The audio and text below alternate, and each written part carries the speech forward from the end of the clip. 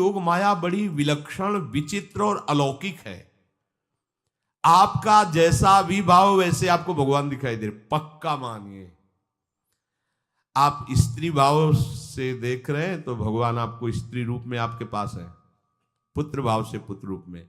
आप जान नहीं पा रहे, वही है, दूसरा नहीं है। हजारों बार बता चुके हैं कि ना मानने और ना जानने पर भी आपके हृदय में सत्ता उन्हीं की है।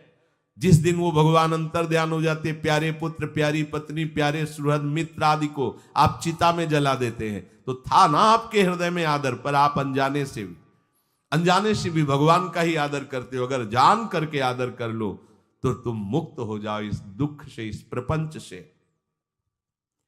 श्री भगवान कहते हैं कि मेरे अज अविनाशी स्वरूप को ये मूढ़ लोग नहीं जानते हैं। केवल वही जान सकता है जो मेरा आश्रय लेकर के मेरे को पुकारता रहता। भजन का मतलब तब पुकारना, भगवत चिंतन करना।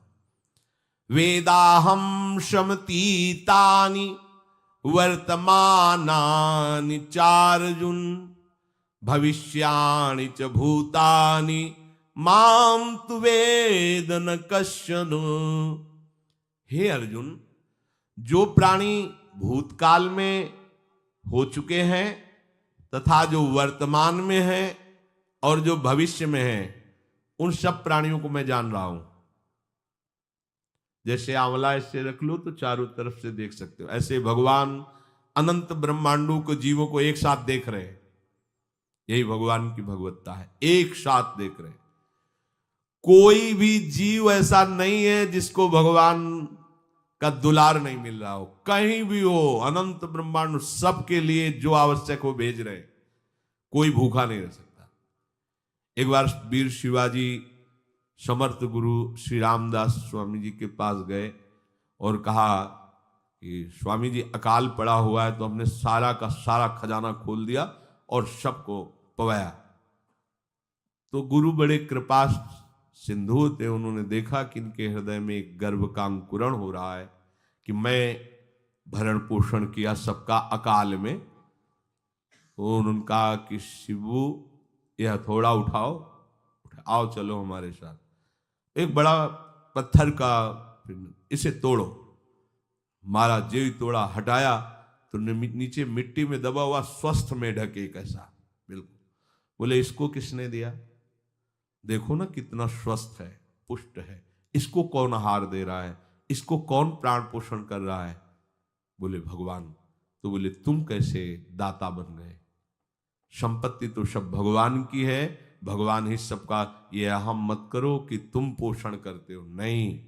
छोटी सी वृत्ति को भी गुरुदेव बर्दाश्त नहीं करते। जो गुरु शरणागत होता है वो उनकी बात समझता है, अन्यथा वो अपनी मनमानी वृत्ति को ही आदर देता है, गुरु की आज्ञा वृत्ति को नहीं देता।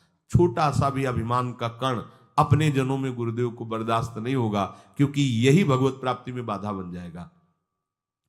कितने जीव चराचर जगत में, देखो हमारे भगवान की भगवत्ता, सबको देख रहे हैं, सबको व्यवस्था दे रहे हैं, सब कुछ देख रहे हैं। 3 प्रकार की लीला हो रही, कहीं पालन लीला, कहीं सृजन लीला, कहीं विनाश लीला। उन्हीं के द्वारा हो रही, वही देख रहे हैं, वही कर रहे हैं। अगर ये बात तुम्हारी समझ में आ जाए तो अभी भगवान की शरण हो जाओ। पर अहम के कारण ये बात समझ में नहीं आती। जो भूतकाल में हो चुके हैं, वर्तमान में हैं, जो भविष्य में होंगे, सबका प्रभु वर्तमान की तरह देख रहे हैं, दर्शन कर रहे हैं। परंतु मुझे मेरे भक्त के सिवा कोई नहीं जानता है। भक्त के सिवा कश्यन, कोई भक्त बिरला, वही केवल भगवान को भगवान सबको देख रहे हैं। भगवान की दृष्टि सब पे है। अगर ये बात आपकी समझ में आ जाए तो अभी आनंद आने लगेगा। मैं भगवान की दृष्टि में हूं, बस आज हमें सत्संग से बात मिली कि मैं भगवान की दृष्टि में हूं, मुझे वो देख रहे हैं, बढ़िया बन गया। अब आप पाप कैसे करोगे? क्योंकि भगवान की दृष्टि में भगवान आपको देख रहे हैं। डरो, किसी गवाही की जरूरत नहीं, वो देख रहे हैं। तो आप भय क्यों कर रहे हो? आपको भगवान देख रहे हैं, आपको डरना नहीं। फिर आप कामना क्यों कर रहे हो? भगवान आपको देख रहे हैं, जो चाहिए उस समय से दे देंगे, आप निश्चिंत रहिए। अगर आप अहम करोगे तो दुख भोगोगे, आश्रित रहोगे तो सब अपने आप निर्वाह हो जाएगा। एक आदमी ट्रेन के डिब्बे में बैठे ऐसे ऐसे दौड़ रहा था। एक ने पूछा भाई क्यों दौड़ रहे? बोले अमुक स्टेशन जाना है। तू बैठ जा, गाड़ी चल रही है, ट्रेन चल रही, तू बैठ जा। ऐसी त्रिगुणात्मिका माया की ट्रेन चल रही, पूरे विश्व का विश्वंबर भरण पोषण कर रहे हैं, तू तो बैठ जा भगवद आश्रय लेकर के, तू काहे को दौड़ा घूम रहा है? लेकिन ये अहंकार के कारण भटकता रहता है। भूत, वर्तमान और भविष्य काल, ये 3 विशेषण देकर भगवान कह रहे हैं कि मैं सबको देखता रहता हूं, जो हो गए, जो हैं, जो होंगे। भूत के प्राणी, भविष्य के प्राणी अथवा वर्तमान के प्राणी सभी भगवान की दृष्टि में वर्तमान की तरह ही है। ये भूत, भविष्य, वर्तमान काल केवल हम लोगों की दृष्टि में भेद है, भगवान की दृष्टि में नहीं। हो चुका, होगा, हो रहा है। भगवान की दृष्टि में सब हो रहा है, पीछे का भी, अब का भी, सब सामने चल रही सीन। हमारे हृदय में विश्वास हो जाए प्रभु हमें देख रहे हैं। अभी तो हमें ये नहीं पता कि हम भजन कर रहे हैं, भगवान पता नहीं जान रहे हैं कि नहीं जान रहे हैं। अभी भक्ति में रंग आ जाए, अगर ये बात समझ में आ जाए कि प्रभु देख रहे हैं हमें। देखो, जब हमारे गुरुजन बैठकर सुनते हैं और जब गाने का अवसर मिलता है तो ज्यादा उत्साह होता है कि बैठे सुन रहे हैं। ऐसे ही अगर हम मान लें कि हमारे प्रभु सुन रहे हैं, हम जो भजन कर रहे हैं हमारे प्रभु देख रहे हैं, जो सेवा करें भगवान हमारे स्वीकार करें, प्रियालाल स्वीकार कर, अभी भक्ति का रंग आ जाए, ये बात हमारे हृदय में बैठ जाए कि मैं हर समय प्रभु की दृष्टि में हूं, हर समय मैं अपने आराध्य देव की दृष्टि में हूं, कितना आनंद आएगा। अंदर से सोचो जरा, हर समय वो हमें देख रहे हैं और वो कह रहे हैं मैं देख रहा हूं। पीछे जो तुम किए हो वो देख रहे हैं वर्तमान की तरह, अभी जो वो तुम देख रहे हैं, आगे जो करोगे वो भी देख रहे हैं। वो पहले से उनको सब पता है, तुम ऐसे ऐसे चलोगे, ऐसे ऐसे कार्य करोगे। भगवान की दृष्टि में सब कुछ वर्तमान ही रहता है। संपूर्ण प्राणी काल के अंतर्गत है और प्रभु श्री हरि कालातीत है। देश, काल, वस्तु, व्यक्ति, घटना, परिस्थिति ये बदलते रहते हैं, पर प्रभु श्री हरि वैसे के वैसे ही रहते हैं। काल के अंतर्गत प्राणियों का ज्ञान एक सीमित है। अब इस दीवार के पीछे कौन खड़ा है, क्या कर रहा है, पता नहीं, पर भगवान की दृष्टि में नहीं।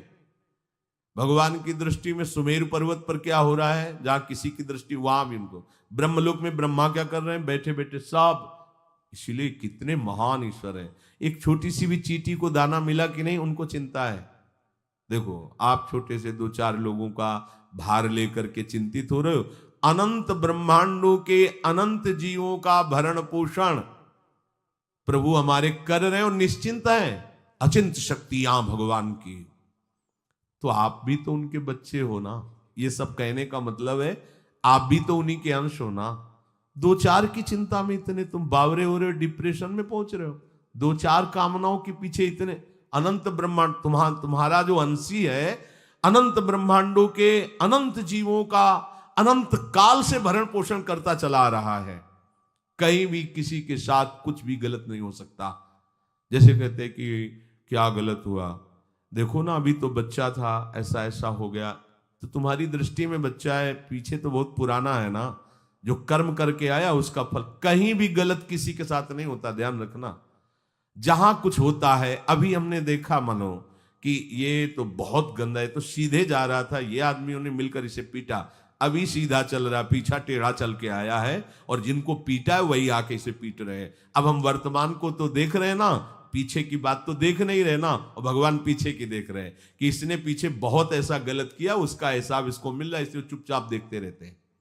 ध्यान रखना, इतना भी गलत नहीं हो सकता इस सृष्टि में। वो कैसे गलत नहीं हो रहा, अभी तो नवयुवक था, उसने कुछ ऐसा किया ही नहीं, अभी तो नई अवस्था थी, अभी तुम्हें दिखाई दे रहा है 15 वर्ष का है, लेकिन भगवान देख रहे हैं मेरा पुरातन अंश है, किस जन्म से क्या क्या करते चला आ रहा है। ये ज्ञान हो जाएगा तो किसी भी बात में आपको दुख नहीं पहुंचेगा, विक्षेप नहीं पहुंचेगा। नहीं, बड़े बड़े विक्षिप्त हो जाते।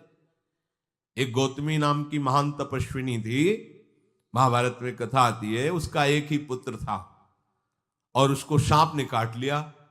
तो वहां की कुल भी उठा के लाए और कहा, देवी मां ये देखो सांप ने तुम्हारे बेटे को काट लिया। तो उनका इतनी सामर्थ्य सांप की कैसे हो गई कि मेरे बेटे को काट लिया और मेरे से भय नहीं माना। आकर्षण वृत्ति जीव ही की सांप सामने आ गया, तूने क्यों काटा, मैं तुम्हें भस्म कर दूंगी। तो आपने कहा पहले हमारी प्रार्थना सुन लो। मेरे सर पर मृत्यु ने आकर के अपना शासन जमा लिया और कटवा दिया, मेरा कोई दोष नहीं। मृत्यु का आकर्षण किया, महान तपस्विनी भगवान व्यास देव जी ने ये लीला कथा गाई है। मृत्यु का आकर्षण किया, साक्षात मृत्यु सामने आ गई, थर थर कांपने लगी। गौतमी जी ने कहा मैं अपने तपस्या के बल से तुम्हें भस्म कर दूंगी। हमारे ऐसे निष्पाप बालक को तुमने सांप के द्वारा प्रेरित करके कटवाया। बोले मेरे ऊपर काल का शासन है, काल ने मुझे प्रेरित किया, मैंने सांप को प्रेरित किया, मेरा कोई दोष नहीं, ये काल का शासन। काल का आवाहन किया, काल उपस्थित हुआ। काल ने कहा कि मेरा इसमें कोई दोष नहीं, इस बालक के पूर्व जन्म के कर्म के द्वारा मैं प्रेरित हूं। इस बालक के कर्म से प्रेरित होकर मैंने मृत्यु को प्रेरणा की, मृत्यु ने सांप को प्रेरणा की और इसने डस लिया। अब आप बताओ किसका दोष है? शांत हो गई, क्योंकि इस बालक के ही तो कौन काहू के सुख दुख कर दाता, निज कृत कर्म भोग सुन भ्राता। कोई किसी के सुख दुख का हेतु नहीं है, अपने कर्म ही है जो हमको दुख सुख देते हैं। और ये भगवान देख रहे हैं। कोई जैसे आपको अभी मनुष्य शरीर मिला, स्वतंत्रता है, अब आप जो पापाचरण चाहो छूट है कर सकते हो, या जो पुण्य कर्म चाहो कर सकते, या भजन करना चाहो कर सकते हो। ये स्वतंत्रता केवल मनुष्य शरीर को दी गई है। आपको जो पूर्व भोग मिल रहे हैं वो आपके पीछे के कर्मों के हैं। तो जो ज्ञानी जन होते हैं, विवेकी जन होते हैं, आए हुए प्रारब्ध को भोग लेते हैं, नया कोई पाप नहीं करते, निरंतर भजन करते रहते, भगवान की कृपा से मुक्त हो जाते। अगर भगवान की शरण में नहीं होगे, भजन नहीं करोगे, तो आपके ऊपर बहुत से ऋण है, दुर्गति हो जाएगी। ऐसा नहीं है। आप यहां भी तो देखो ना, आपके मकान, आपका व्यापार, सब कुछ आपका कहा जाता है, लेकिन सब कुछ सरकार का है। हर चीज का टैक्स देना पड़ेगा तुम्हें। पानी का भी टैक्स देना पड़ेगा, मकान का भी टैक्स देना पड़ेगा, और तुम भी जो करोगे वो पैसा दो सरकार को। टैक्स तुम ऐसे फ्री थोड़ी जा नहीं होता, देना पड़ता है ना। आप मान लो नौकरी कर रहे हो कि हमारी नौकरी करे, तो उसमें सरकारी टैक्स कटेगा आपका, क्योंकि आप सरकारी आदमी हो, भारत देश के वासी हो। ऐसे ही ये टैक्स लगे हुए हैं सरकारी भी, मातृ ऋण, पितृ ऋण, ऋषि ऋण, ये टैक्स है। ऐसा नहीं कि तुम कमाओ खाओ और इसके बाद मर के जाओ स्वर्ग मिलेगा। टैक्स चुकाओ। ये मनुष्य शरीर मिला, इन ऋणों से मुक्त हो। अगर नहीं हुए तो भी तुम्हें दुर्गति होगी। आप देखो, जब कभी ऐसी सूचना मिलती कि अमुक आदमी का अमुक धन पकड़ा गया, तो इनाम दिया जाता है क्या कि इतना कमा लिया? सजा दी जाती है।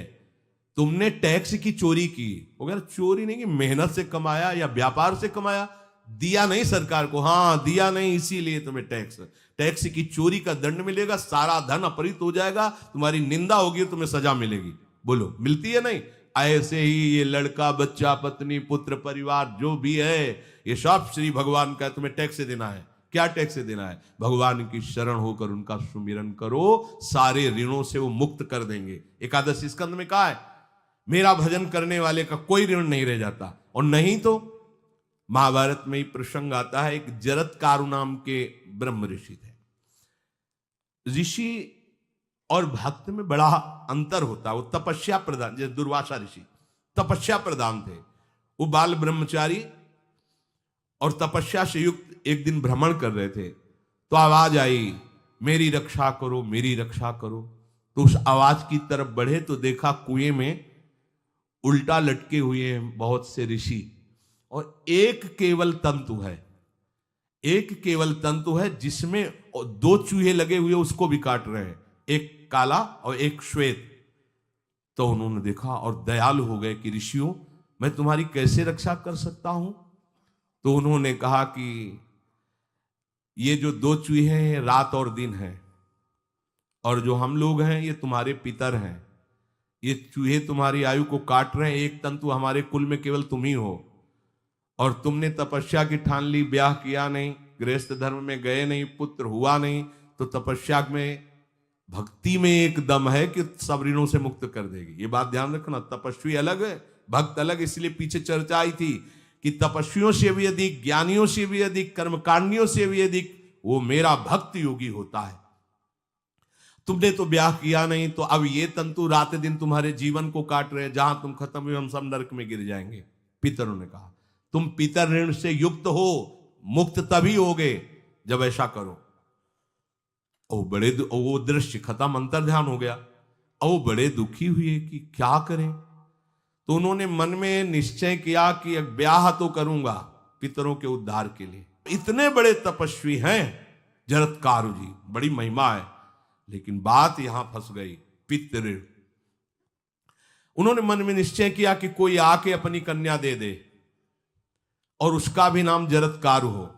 मैं बिल्कुल भरण पोषण नहीं करूंगा और कभी हमसे कोई प्रश्न ना करे। ऐसी अगर कोई कन्या देगा तो मैं स्वीकार कर लूंगा। अब ऐसे ना नगर जाना है ना किसी से बात करनी, तो वृक्षों से कहते अपने पितरों के उद्धार के लिए मैं चाहता हूं कि कोई पाणी ग्रहण संस्कार करा दे, कोई हमारे नाम की कन्या को दे दे, और ऐसा ऐसा व्रत है। ऐसा ही बोल रहे थे, वासुकी नाग उपस्थित हो गए और उनकी बहन का भी नाम जरत्कारु था। उन्होंने कहा सुनिए महाराज, मैं नागराज वासुकी हूं, सब देव रूप में, कोई ऐसे नहीं सांप वैसे बने, देव रूप, सुंदर कन्या जरत्कारु। बोले ये कन्या मैं आपको समर्पित करता हूं, हमारा सौभाग्य होगा आप जैसा महर्षि हमारी बहन का पति बने। इसका भी नाम जरत्कारु है, और आपकी जो इच्छा है कि मैं भरण पोषण नहीं करूंगा, तो मेरे पास संपूर्ण वैभव है, आप भी पधारिए, मैं आपका भी भरण पोषण करूंगा, अपनी बहन का भी। तीसरी बात, मेरी बहन इतनी शास्त्र सम्मत आराधना से युक्त है कि वो कभी आपसे प्रश्न ही नहीं करेगी, तो उनका स्वीकार है। प्रसन्न हुए, चले गए। काफी समय तक उनके महल में रहे। एक दिन जरत्कारु अपनी जरत्कारु पत्नी की गोद में सर रख कर ऐसे लेटे हुए थे, सो गए। और शास्त्रज्ञ थी, संध्या का काल था। संध्या काल में निषेध है मैथुन करना, भोजन करना और स्वाध्याय करना, ये सब संध्या काल में बस भगवत स्मरण परायण लोकवत। लेकिन हमारे यहाँ महारानी जी की संध्या आरती और संध्या भोग लगने के बाद ये, इसीलिए वृंदावन धाम इसका कहीं भी ये वेदान्नपि संन्यस्त, वेदों से भी ऊपर उठी हुई रसमयी रसोपासना है प्रियालाल की, महल है। ये जगत सिद्धांत नहीं है, ये जगदीश का भी सिद्धांत नहीं है, ये प्रेम सिद्धांत है। वृंदावन नित्य विहार रस है, इसलिए इसको बीच में बता देते हैं कहेंगे दूसरे को तो, और यहाँ शाम के तो भोग ही लगता है, गान बजान होता है, बकाया सिद्धांत है। आंख मूंद करके या तो गायत्री जप या जो गुरु मंत्र चुपचाप शांत भाव से जपे, ऐसा। अब वो इस चिंता में थे कि मेरे पति का धर्म जा रहा है, और मैंने आज तक कुछ बोला नहीं अपने पति से, अगर बोलती हूं तो हो सकता है ये नाराज हो जाए और छोड़कर चले जाए। अगर मुझे छोड़ देते हैं और इनका धर्म बचता है तो ये ठीक बात रहेगी। कितनी विवेकवान है। अगर ये सोते रह गए और सूर्य अस्ताचल को चले गए तो इनका धर्म लोप हो जाएगा, ये मैं होने नहीं दूंगी, अपने पति का धर्म लोप नहीं होने। और वो उस समय भी केवल एक लंगोटी लगा के रहते थे, अस्थिमात्र हो रहे शरीर। वहां भी ऐसा नहीं कि दूल्हा बन करके सज, नहीं, वैसे ही केवल पितरों की तृप्ति के लिए उन्होंने बात स्वीकार की थी। उन्होंने कहा महाराज उठिए, संध्या का समय है, शास्त्र निषेध करता है इस समय सोना नहीं चाहिए, नहीं आपके धर्म का लोप हो जाएगा। महाराज उठिए, सूर्य अस्ताचल को बस पहुंचने ही वाले हैं, उठिए। उठे एकदम लाल आंख करते हुए, तुमने हमें टोका कैसे, तुमने हमसे प्रश्न कैसे कर दिया, मैं अभी तुम्हारा त्याग करता हूं। बोले स्वीकार है, आपके धर्म का लोप ना हो। कहीं सूर्य अस्ताचल को चले गए, आपने अर्घ नहीं दिया तो जीवन भर की आपकी उपासना में कलंक लग जाएगा कि आपने संध्या काल में शयन करते हुए सूर्य आराधना नहीं की, आपके धर्म का लोप हो जाए। बड़ा सूक्ष्म धर्म का विषय। तो उनका सूर्य की ताकत कैसे कि मैं सोता रहूं और वो अस्ताचल को चले जाए, ऐसे महात्मा थे। कहा सूर्य की ताकत कैसे, भगवान व्यास देव जी ने लिखा है, किसी कहानी की बात नहीं। सूर्य की सामर्थ्य कैसे है कि मैं अर्घ ना दूं और अस्ताचल को चले जाएं, सूर्य तब तक रुके रहते जब तक मैं सोता रहता, पर तुमने टोक दिया, अब मैं चला। जब चले तो उन्होंने कहा हमारे गृहस्थ धर्म का जो फल होता है आपके पाणी ग्रहण स्वीकार का जो फल होता है उसको बिना दिए आप कैसे चले जा रहे हैं? तो उनका आस्ति वो है, चले गए। उसी से आस्तिक मुनि का प्रादुर्भाव हुआ और उन्होंने आगे बड़ा चरित्र है उनका, आस्ति, तो उसी से नाम रखा आस्तिक। आस्तिक उन्होंने जन्मेजय की यज्ञ को बंद किया। आप सोचो, एक पितर की तृप्ति के लिए उनको ये सब करना पड़ा। और श्री हरिशरणम और निरंतर भजन, तो मातृण, पितृण, देवऋण, ऋषि ऋण, सब ऋणों से उपासक मुक्त होकर के परम धाम को जाता है। एकमात्र भगवदास है। पर ये मूढ़ जन इस बात को नहीं जान पाते हैं। बिना कारण कृपा करने वाले प्रभु जीव को मनुष्य शरीर देते हैं। ये मनुष्य शरीर अंतिम शरीर है। अगर इसमें नहीं बना तो फिर चले जाओगे 84 लाख योनियों के चक्र में। इसी शरीर में अनंत जन्मों के संचित कर्म समुदाय का नाश करके भगवत प्राप्ति होती है या मोक्ष पद मिलता है। कौन सा प्राणी किस गति को जाएगा भगवान देखते हैं पर संकल्प नहीं करते। ध्यान रखना, क्योंकि आगे की भी देख रहे हैं। वो देख रहे हैं जो तुम कर रहे हो वैसे गति बनती चली जाएगी। भगवान संकल्प नहीं करते। भगवान तो एक बार संकल्प कर दिया, एको हम बहुश्यामा, उसी में बहुत रूपों में प्रकट हो गए। अब तुम्हें संकल्प करना है कि इस जन्म में मुझे भगवत प्राप्ति करनी है। जो संत शास्त्र सदगुरुदेव कह रहे हैं ऐसा करो ऐसा ना करो, यदि आप इस भावना को स्वीकार करके आराधना करेंगे तो निश्चित निश्चित भगवत प्राप्ति इसी जन्म में हो जाएगी। प्रभु केवल तुम्हें निमित्त बनाना चाहते हैं, कल्याण तो वही करेंगे। जैसे अर्जुन से कह रहे हैं भीष्म आदि द्रोण आदि मेरे द्वारा मारे जा चुके हैं, तुम केवल निमित्त मात्र भव सव्यसाची। ऐसे ही अय उपासक तू केवल निमित्त बन जा। जो शास्त्र सदगुरुदेव आज्ञा करते हैं वैसे ही तू चल दे अपने मन को मार के। केवल तू निमित्त बन जा। कल्याण या भगवत प्राप्ति या मोक्ष वो तो भगवत कृपा से होगी। पूरी उद्धार की सामग्री तेरे अंदर जागृत कर देंगे प्रभु। केवल तू निमित्त बन जा, मेरी कृपा तेरी सारी बात बना देगी। विश्वास करो, इस बात पर विश्वास करो। भगवान कह रहे हैं तुम निमित्त बन जाओ, जो आदेश कर रहे हैं वैसा पालन करो, काम तो सब मेरी कृपा कर देगी। जो ऐसे मनुष्य शरीर ऐसी कृपा प्राप्त होने पर भी भगवत प्राप्ति नहीं कर पाता, तो मयानुकूलेन नभस्वतेरितम पुमान भवाब्धिम न तरेत सा आत्महा। ऐसी मेरी कृपा का सहारा मिलने पर यदि वो भगवत प्राप्ति नहीं कर पाता तो बोले आत्महा है, वो आत्महत्यारा है, वो दुर्गति को प्राप्त होता है। मनुष्य के लिए खास बात है कि प्रभु ने कृपा करके तुम्हें जो सामर्थ्य दी है, जो समझ दी है, जो सामग्री दी है, उसका दुरुपयोग मत करो।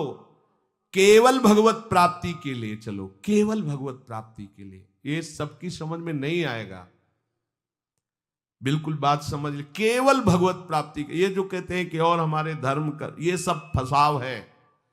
आप गृहस्थ बने रहो, आप व्यापारी बने रहो, पर आप लक्ष्य रखो कि मुझे इस जन्म में भगवत प्राप्ति करनी है। आपका लक्ष्य दृढ़ होगा तो नाम जप चलता रहेगा, संसार का कोई विकार आपको परास्त नहीं करेगा। अगर आपने ऐसा अटल निश्चय कर लिया तो तुम्हें जो भगवत सामर्थ्य मिली उसका तुम दुरुपयोग नहीं करोगे। देख लो, अपने लोग बहुत बड़ी गलती करते हैं, जो आध्यात्मिक ऊर्जा शक्ति उसको विषयों में दुरुपयोग करके नष्ट कर रहे हैं। कहते हैं अब हमारा मन नहीं लगता, अब हमारा बड़ा शांति है, घबराहट है। क्यों शांति है, क्यों घबराहट है? जब तक तुम धर्म विरुद्ध नहीं करोगे तो अशांति नहीं हो सकती, भय नहीं लग सकता, विषाद नहीं हो सकता, क्लेश नहीं हो सकता। लिख लो ये बात। किसी को भी कभी भी भय महसूस हो रहा है, अशांति महसूस हो रही, घबराहट महसूस हो रही, आप भगवत प्रदत्त शक्ति का दुरुपयोग कर रहे हैं, समय का दुरुपयोग कर रहे हैं, सामग्री का दुरुपयोग कर रहे हैं, अर्थात कोई न कोई अधर्म आचरण कर रहे हैं। अब भी आपको उपाय बता देते हैं। यदि तुम्हारा मन जलन पैदा कर रहा है तो भगवान से हाथ जोड़कर कहो कि हे नाथ, मेरे से अब तक जो गलतियां हुई हैं उन्हें क्षमा कर दो। आगे मैं गलती नहीं करूंगा, आपके बल से, आपके बल से। ये भी ध्यान रखो, आपके बल से, अपने बल से नहीं, आपके बल से। हे नाथ ऐसा मुझे बल दो जिससे कभी मैं आपके और गुरुदेव के विपरीत न चलूं। अगर कोई हमसे गलती हो जाए तो मुझे तत्काल दंड दे देना, क्षमा मत करना आगे। ये बहुत बढ़िया बात है। अगर हमको क्षमा कर दिया जाएगा तो हमारे मन को उत्साह बढ़ जाएगा फिर गलती करने का। अगर दंड दे दिया जाए तो मन डर जाएगा। इसीलिए प्रार्थना में ये भी कहना चाहिए, पर हिम्मत नहीं पड़ेगी, क्योंकि मन को बहुत दुलार करते हैं ना, कि प्रभु मेरे से जो गलती उसे मुझे दंड दे दो, मैं क्षमा नहीं चाहता। क्योंकि हम देखते हैं जब हम क्षमा कर देते हैं तो उसका उत्साह बढ़ जाता है मन का और गलत करने का। प्रभु इसे क्षमा मत करो, इसे दंड दो। एक बार इसकी भरपूर बेइज्जती होनी चाहिए। जब इसको सब देखेंगे हाँ ये, तो अपने आप ही मन सही रास्ते में आ जाएगा। प्रभु आप क्षमा कर देते हो और बात गुप्त रहती है तो इसको बढ़ावा और मिल जाता है और पापाचरण कर, क्योंकि ये दुष्ट है ना। अगर साधु हो तो बचत हो जाए कि देखो प्रभु ने इस गलती को छुपा दिया और कोई जाना भी नहीं और क्षमा भी कर दिया, अब मैं आगे से बिल्कुल नहीं करूंगा। ये दुष्ट है ना, ये ऐसा नहीं करता। क्षमा हो गई तो उसको लगता है आगे भी क्षमा हो जाएगी, चुपचाप चलो मनोरंजन करते हैं। नहीं प्रभु मुझे दंड दीजिए, जैसे कुंती जी कहती है मुझे विपत्ति दीजिए। ऐसे उत्तम भक्त वही है। हे नाथ आज तक जो गलतियां हुई क्षमा कीजिए, आगे गलतियां नहीं होंगी, ये मैं आपके बल से कह रहा हूं। प्रभु यदि मेरे से चूक हो जाए तो आप क्षमा मत करना, मुझे दंड देना, जिससे मेरा सुधार हो जाए, मैं आपके अनुकूल चलने लगूं। मनुष्य की असमर्थ दो तरह से होती है। एक असमर्थ कि वो कर ही नहीं सकता। जैसे किसी से कहा जाए कि तुम ये मकान उठा करके वहां रख दो, तो कर ही नहीं सकता। ऐसी सामर्थ्य जो आप में करने के लिए भगवान कभी आदेश ही नहीं देंगे, ध्यान रखना। एक बात ध्यान दीजिए, कोई भी ऐसी भगवद आज्ञा या गुरु आज्ञा नहीं होती जो आप नहीं कर सकते। आप जो कर सकते हैं वही आज्ञा होती है। दूसरी असमर्थ ये होती है कि करना चाहता हूं, समय भी है, पर पता नहीं कोई अंदर से करने नहीं देता। भजन करना चाहता हूं, ब्रह्मचर्य से रहना चाहता हूं, और अनुकूल कृपा भी है, सत्संग मिल रहा है, धाम वास सब, पर कोई हमारे ऊपर सवार हो जाता है और हमसे ऐसा करवा लेता है। यह है प्रमाद, यह है मूढ़ता। यह साधक को नष्ट कर देती है। दो प्रकार की असमर्थता की बात हुई। एक ये कि भाई हम असमर्थ हैं, कहा गया कि इस मकान को वहां उठा के रख दो, नहीं रख सकते, तो ऐसा आदेश ही भगवान और गुरुदेव का होता नहीं होगा। और अगर आदेश हो गया है तो आप उठा के देख लेना, आप उठा लोगे। अगर आपको यह ध्यान रहा कि गुरुदेव की आज्ञा है, हरि की आज्ञा है, हो जाएगा। हम कई बार आपको कहा है, अंगद को ऐसे मसल दें, ऐसे वीर थे रावण की सभा में, पर राम प्रताप सुमिरिपन रोपा। इस सभा में कोई बड़ा वीर हो, मेरा पैर उठा दे, राम जी सीता जी हार जाएंगे, वापस चले जाएंगे। ये बात थर्रा देने वाली बात है। घबरा, आराध्य देव और माता जानकी दोनों को दांव में लगा दिया, उठा दे कोई पैर। पर उनको भरोसा था कि मैं राम के बल पे कह रहा हूं। राम बल आकर के विराजमान हो गया, कोई नहीं उठा पाया। आखिरी में रावण झुका, मेरे झुकने से, मेरे सामने झुकने से तेरी बात नहीं, तो जो बार बार जिनको मनुष्य कह रहा है उनके चरणों में जा, मैं उनका एक तुच्छ दास हूं। यदि आदेश हो जाए तो घूंसा से सबको मार करके तेरी पत्नियों को बंदी बनाकर और तुझे अभी राम जी के सामने डाल दूं। ये अंगद नहीं बोल रहे थे, ये राम प्रताप बोल रहा था। ऐसे ही यदि आपको आदेश कोई शास्त्र का या गुरु का है तो आप अक्षरशः समझ लीजिए उसमें उनका बल भी है, पर हम लोग उस बल का तिरस्कार कर देते हैं। थोड़ी सी मन की डालकर उसको हल्का किया तो वो बल वापस हो गया। सीधे जो बात मानी जाती है उसमें उनकी कृपा शक्ति होती है, और जो अपनी मन की लगा की जाती है वो साधन होता है। कृपा शक्ति और साधन में अंतर होता है। तो जो हम कर सकते हैं, आदेश है, हम करना भी चाहते हैं और नहीं करते हैं, इसका हमारे अंदर प्रमाद का राज्य है। प्रमाद। लोग कहते हैं कि पता नहीं कोई हमारे दिमाग में आके कर जाता है। हाँ, भूत आता है, भूत। अब ऐसे लोगों को बावरा कहते हैं। अब इनको ऐसी जगह पहुंच जाए जहां सही निर्णय नहीं होता, और ये कर देना वो कर देंगे। उनको लगता है कोई है, बोले है ऊपरी चक्कर है, अल्ले ऊपरी चक्कर हो, घूम रहे हो पागल बने, ऊपरी चक्कर कुछ नहीं, ऊपरी चक्कर नहीं, भीतरी चक्कर है। ये भीतर का तुम्हारा वासनात्मक प्रपंच ही तुम्हें नचा रहा है। विवेक का जागरण करो। किसी की अरे प्यारे तुम हरि के अंश हो। स्मशान में रात्रियां व्यतीत हुई, स्मशान में गंगा के किनारे भूतों के बीच में, कोई भी नहीं, कुछ नहीं। सीम की चाप सके को तासु बड़ रखवार रमापति जासु, अकेले, न युवक अवस्था, कोई साथ देने वाला नहीं, अंधेरा, कोई टार्च नहीं, कोई व्यवस्था नहीं, हर समय एक अपार आनंद, भगवदानंद। कोई भय छू सकता है? हर समय हरि की दृष्टि में आप रहते हैं। आप भी ये प्रमाद मत कीजिए, ये प्रमाद है और कुछ नहीं है जो आप आचरण विरुद्ध कर देते हैं। अब क्या होता है, वो समझ पाता नहीं, उसके पीछे कर्म परंपरा लग जाती है, फिर वो हार जाता है कि मेरे से भजन वजन नहीं होने वाला, संयम से नहीं चलने वाला। अब वो योनि पर योनि प्राप्त करता चला जाए, ये योनि यो योनि। भगवान के स्वभाव को समझो और उनके आश्रित हो जाओ। कोटि विप्र बदल आ गए जाहू, आए सरन तजो नहीं ताहू। जो नर होए चराचर द्रोही, आवे सभय सरन तक मोही। तज छल कपट मोह मद माना, करूं शब्द ते साधु समाना। एक बार जीवन को प्रभु के चरणों में अर्पित कर दो, बस प्रभु सब संभाल लेंगे अपने बल से। अपने बल से संभालने का तात्पर्य है आप उनकी आज्ञा पालन का प्रयत्न करो। प्रयत्न की सफलता प्रभु के द्वारा होती है। जब हम प्रयास करते हैं ना, तो प्रभु हमें आगे से आगे रास्ता देते चले जाते हैं, और ये जन्म भगवत प्राप्ति होनी ही चाहिए। अब इसके नीचे सौदा मत कर लेना। प्रभु से मिलने के सिवा और कहीं सौदा न कर लेना, क्योंकि आपके पास धन है। ठग लोग आएंगे आपको ठगने के लिए, ये भोग भोग लो, ये भोग भोग लो। कैसे बताएं? यदि तुम भगवत आश्रित हृदय से हो जाओ तो स्वप्न में भी तुम्हें डिगने नहीं देंगे। एक बार किसी उपासक ने अपना अनुभव बताया कि स्वप्न में उसके सामने कई भोग सामग्रियां से भरा हुआ मकान, सब व्यवस्था, एक बहुत सुंदर तरुणी, बस हमने आपको पसंद कर लिया। ये स्वप्न की बात, हमने आपको पसंद कर लिया, हम जिसकी खोज में थे वो आप हमें मिल गई, बस अब तो हमारे जीवन धन आप ही हो।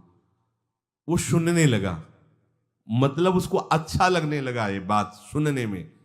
इतने में ही एक देवी प्रकट हुई, इतना सुंदर रूप कि करुणा बरस रही थी उस रूप से, और स्पष्ट कहती ये छल है, ये कपट है, झुकना मत, देखना मत, इसकी सुनना मत। यदि सुन लिया और इसके प्रलोभन में झुक गए और इसको देख लिया तो तुम चले जाओगे, तुम्हारा आंख खुल गई।